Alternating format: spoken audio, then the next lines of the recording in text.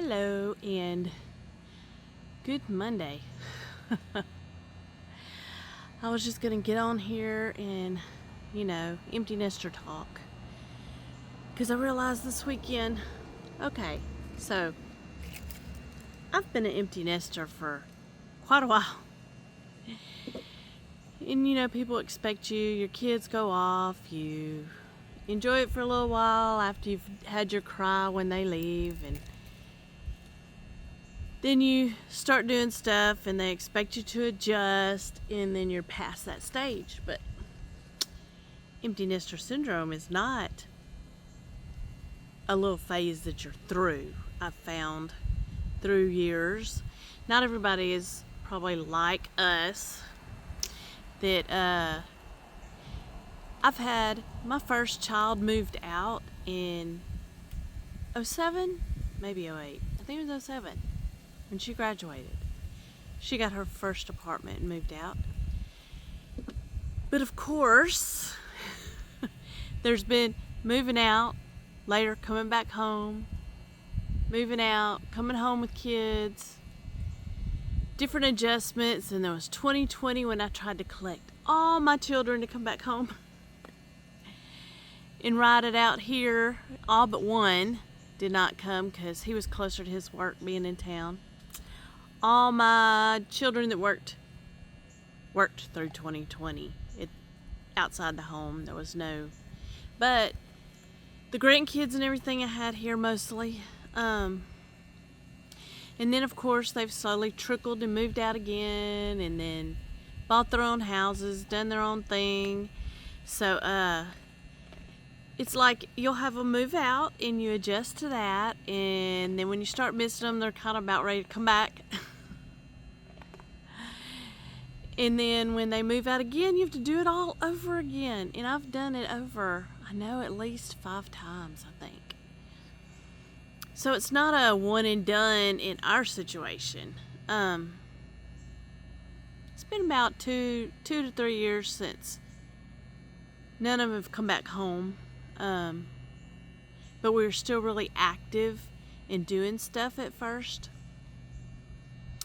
And then we've had a lot of other issues going on with my husband having to have some surgeries, and then his heart surgery in January. So it didn't really give us time to just think so much about they're not at home anymore.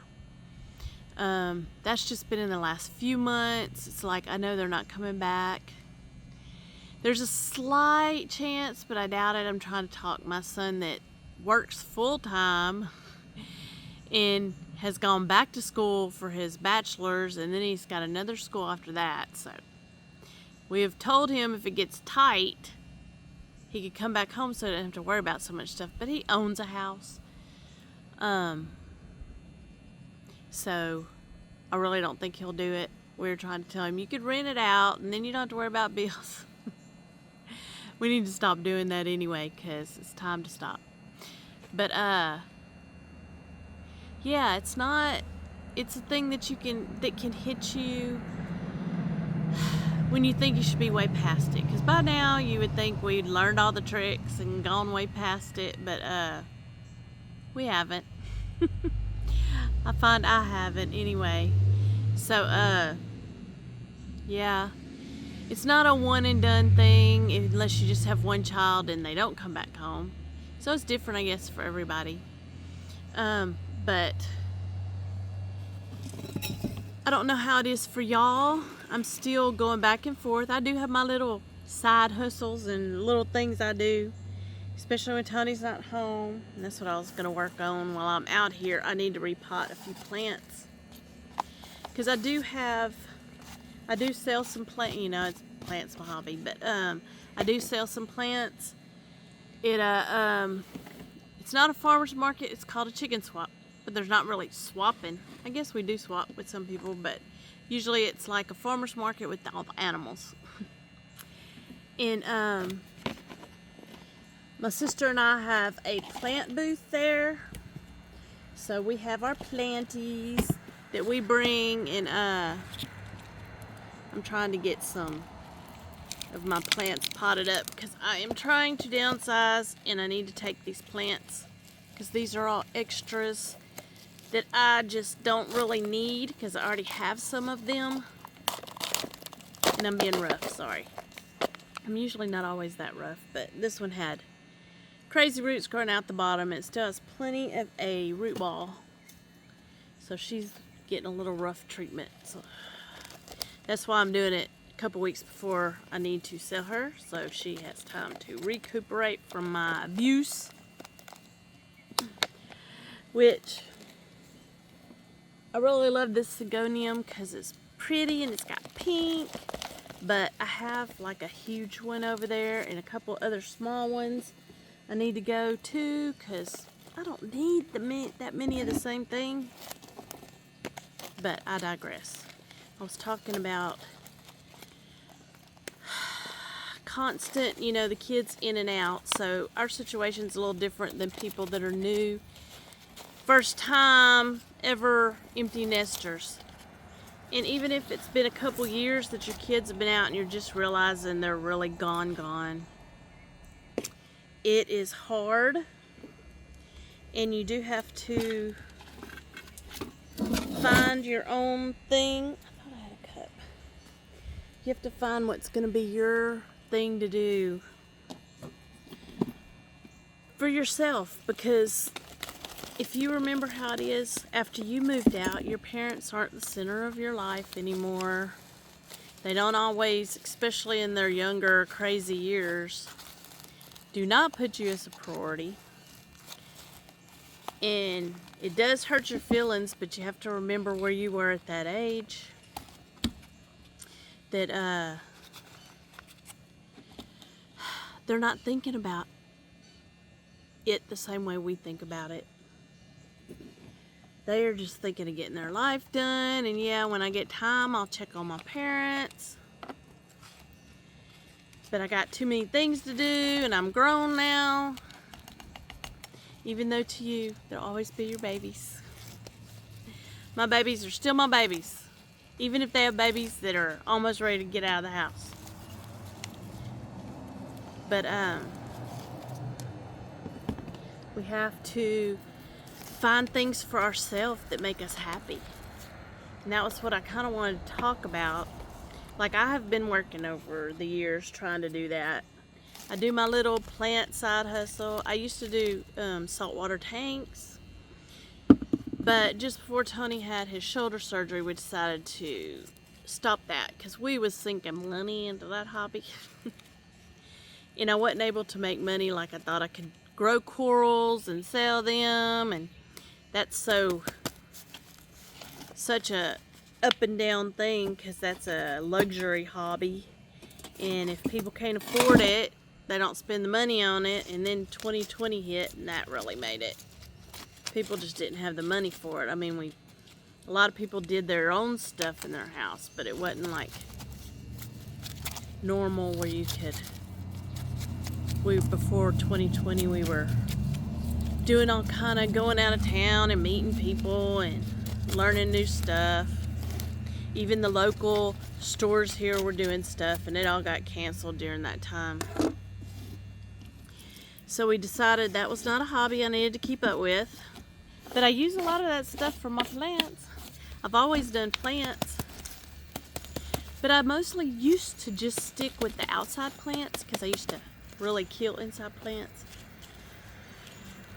Because I was doing my other hobbies during that time.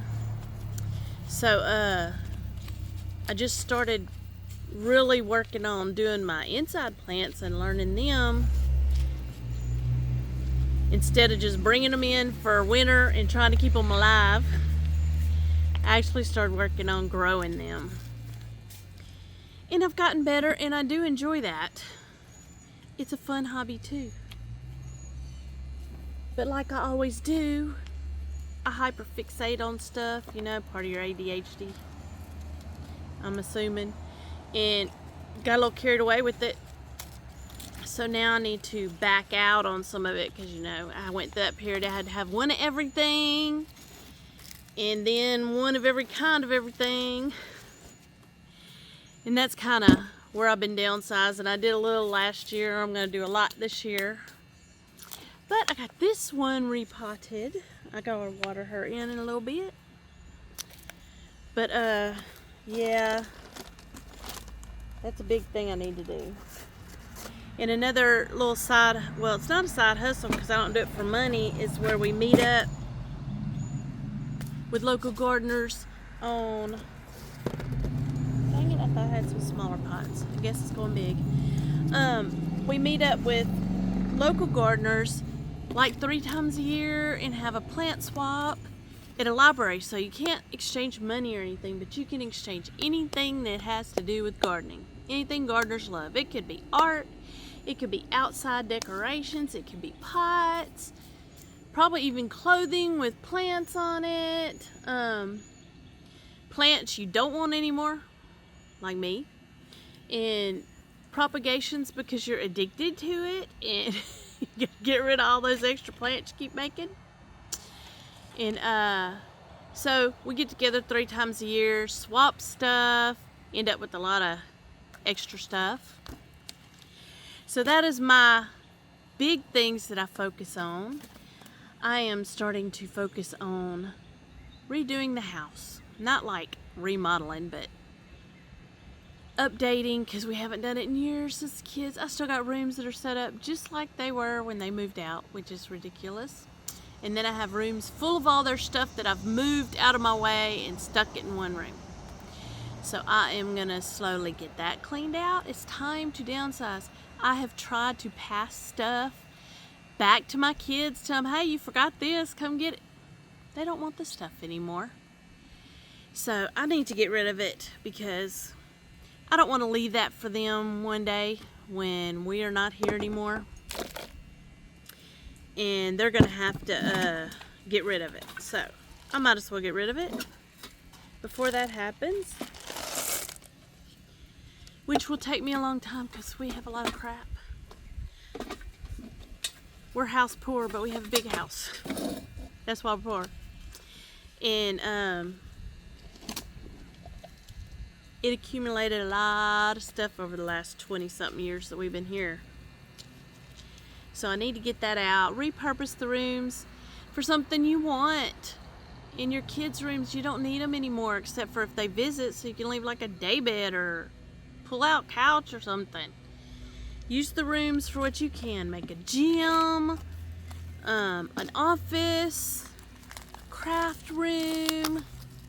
Find things for yourself because you need to rethink what you use stuff for when you had all the kids at home and now you don't. You don't have to, one thing I've found over the years, I'm still not got rid of everything, but you don't have to save all your kids for all your stuff for your grandkids. I mean, there's always a few things you might want to, but when the grandbabies start coming around, you buy them new things because all the newest things are out. And nowadays there is so much stuff and we waste so much money and they don't even play with stuff. So, and the clothes are out of style. I'm learning all this stuff that they don't want even for the grandbabies. So most of the stuff I am getting rid of, although I'll still try to find somewhere to do it. Give it to charity, the missions, some churches that might be able to use it for people that are in need. We've been doing that, but it's time to make your life yours again. Like before you had kids. Try to remember that time. And if you're alone and you don't have people around you, start trying to make your own circle, whatever it takes. If you need a little small job, I've heard a friend that house sits. That way she gets to see new things, not always staying at her house alone. She gets to take care of other people's stuff for a little while and then move to the next. And it's kind of like she's kind of enjoying it because it's like a little vacation getting away from her house for a little while. That would be a nice little side thing. If you know, can leave your home like that. Find a little store you like, libraries, volunteer stuff. And if you aren't ready to do all that, start finding places like your local library, parks, somewhere that you would enjoy going to every day or a few times a week. If you're by yourself, just start going there. Take a book, your laptop, just your phone, some earbuds. Sit back and just start being there every so often. The people that work there and the people that frequent there will start recognizing you. Start saying hi. Start talking a little bit. And it's a great way to make friends. Find things that are going on in the community and check them out. Go to all the little local things. If you're a gardener, go to the gardening stuff. If you're a scrapbooker, go scrapbooking. There's usually some kind of Facebook page for local people. I know somebody that was a gardener, she is setting up a knitting thing or crocheting. And they're doing get-togethers for crocheting and teaching each other and different stuff. So that's a group. Whatever you find you enjoy, there is usually other people that enjoy it. Try to find them. Usually you can search YouTube, Facebook, whatever. Put in your area. See if you can find a page. Or even on your own pages, ask. And people usually chime in, oh, I like to do that or whatever. Find your people. If you like to go to church and you find a church you love, there's always people on there. Churches have single meetings, marriage groups, young adults, college groups, they have a group for everything in that area, and you can find places to get together there. They even make little retreats and going off places, and you can find friends there. But it takes you reaching out and getting out of the house. And that's always a hard thing unless it's something I really, really love. You'll have to step out of your comfort zone to do that. So don't let yourself stay lonely. Make you your own life. Find a way to get out. Start doing the things you do on your own that you love. If you don't know what it is yet, then start trying things that you think, I don't know. Try it. Do it. And if you love it, start doing it. If you don't, try something else. If you need a little hobby, you need something. I need something for my brain every once in a while when I'm at home by myself. So if I'm not doing plants or something, I kind of like, right now it's mostly on my phone, but I like doing things to work my brain real fast. I'll do like the seek and find stuff on the phone or some kind of puzzles. That's mostly, I'll do that in the evening if my brain just don't want to calm down. But find something for at home when you need something to just occupy your mind. If you like to cook, there's even cooking classes and stuff. And you can meet people there. There's no telling what you can do there. I haven't got in that niche. I'll cook a little bit, but I haven't got out there. But I'm going to end this. I know I've just rambled on about nothing. It's not really about nothing. It is an area a lot of us are finding ourselves in. And sometimes it's really hard to get through. I have friends that are single and they were single parents and their children have moved off, and that is really hard for them. So anyone else that's single and has been through this, chime in things that have worked for you. Especially if you don't have a lot of money to go like big traveling and stuff, because that would be always fun if you had the money, but not a lot of us do. That's just on TV and reality shows. But if you can give some advice for anybody else. My niches are little, and even though I should have major experience all these years, I still find myself in the missing my kids and looking around and getting a little nostalgic. Of course, usually I'll call a kid and bother them for a while, but not always. Sometimes they are busy in their own life and don't have time to talk. Then I have to do my own thing. So I hope y'all think about things you love to do and start there. Think about places you like to go to, start there. Do something that you feel is selfish, because it's not, it's about you. But don't let it make you feel selfish. Do it for yourself. Don't let yourself get down in this time. This is a new part of our life, a new chapter. And this is just like when you moved out of home when you were young. It's a new life. Go discover it. Go do things, because now you have the freedom. Enjoy it. I hope y'all do something for yourself today. And it's going to be awesome. Please like, subscribe if you want to follow along and see if there's other people that can give better advice. Give me advice if you have some that I haven't tried. And I will talk to you next time.